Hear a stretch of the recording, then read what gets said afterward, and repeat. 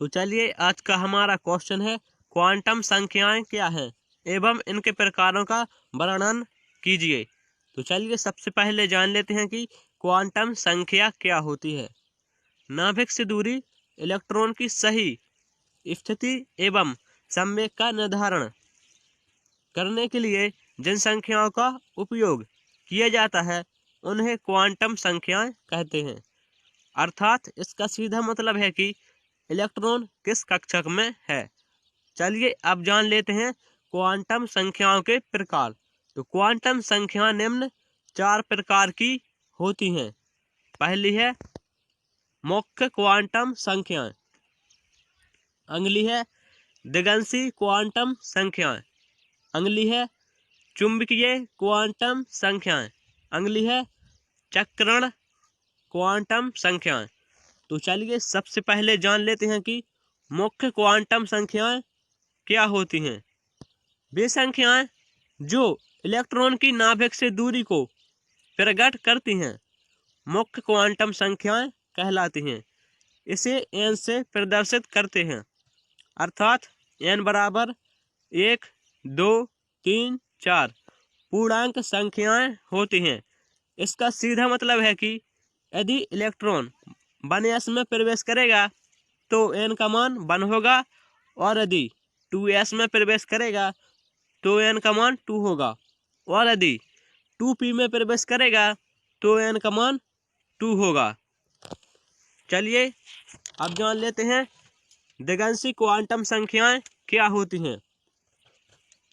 यह संख्याएं कक्षक की आकृति के बारे में बताती हैं, इसे L से प्रदर्शित करते हैं। दिगंशी क्वांटम संख्या का मान कक्षकों के लिए निश्चित होता है। चूंकि कक्षक निम्न 4 होते हैं S, P, D व F, तब L का मान कक्षक S के लिए 0, L का मान कक्षक P के लिए 1 व L का मान कक्षक D के लिए 2 व L का मान कक्षक F के लिए 3। चलिए अब जान लेते हैं चुंबकीय क्वांटम संख्याएं क्या होती हैं। यह संख्याएं इलेक्ट्रॉन के कक्षकों की जानकारी देती हैं। इसको हम m से प्रदर्शित करते हैं और इसका मान +L से -L तक या फिर -L से +L तक होता है, जिसमें 0 भी शामिल होता है।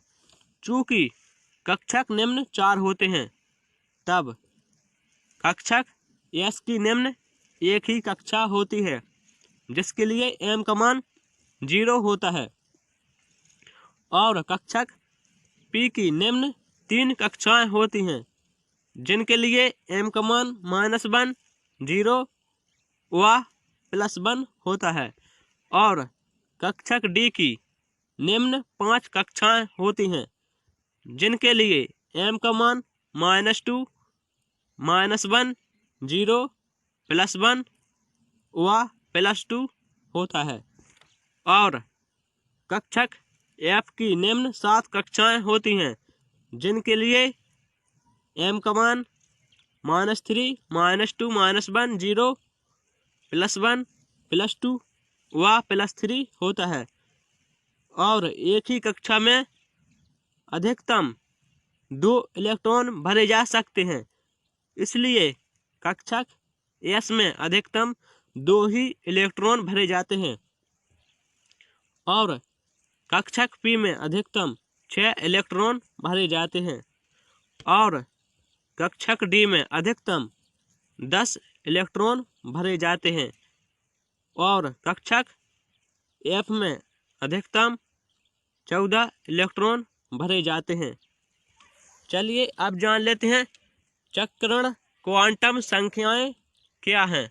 वे संख्याएं जो नाभिक के चारों ओर किसी कक्षा में घूमते हुए इलेक्ट्रॉन के चक्रण के बारे में बताती हैं, चक्रण क्वांटम संख्याएं कहलाती हैं। इसे S से प्रदर्शित करते हैं। यदि इलेक्ट्रॉन दक्षिणावर्त हो तो इसके लिए S का मान +1/2 तथा यदि इलेक्ट्रॉन वामावर्त हो तो एस का मान -1/2 होता है, अर्थात दक्षिणावर्त होने पर +1/2 और वामावर्त होने पर -1/2।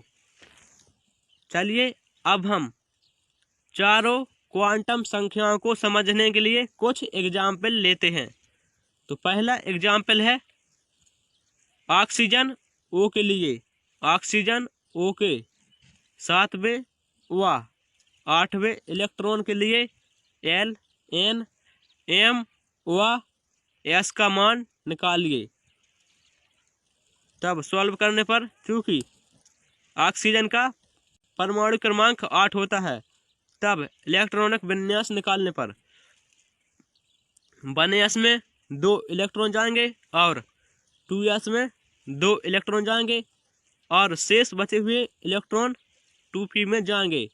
चूंकि शेष बचे हुए इलेक्ट्रॉन निम्न 4 हैं और कक्षक p की निम्न 3 कक्षाएं होती हैं, तब एक इलेक्ट्रॉन कक्षा फर्स्ट में जाएगा और एक इलेक्ट्रॉन कक्षा सेकंड में जाएगा और एक इलेक्ट्रॉन कक्षा थर्ड में जाएगा और एक बचा हुआ इलेक्ट्रॉन जो कि 8वां है वो कक्षा फर्स्ट में जाएगा, जो कि वामावर्त होगा।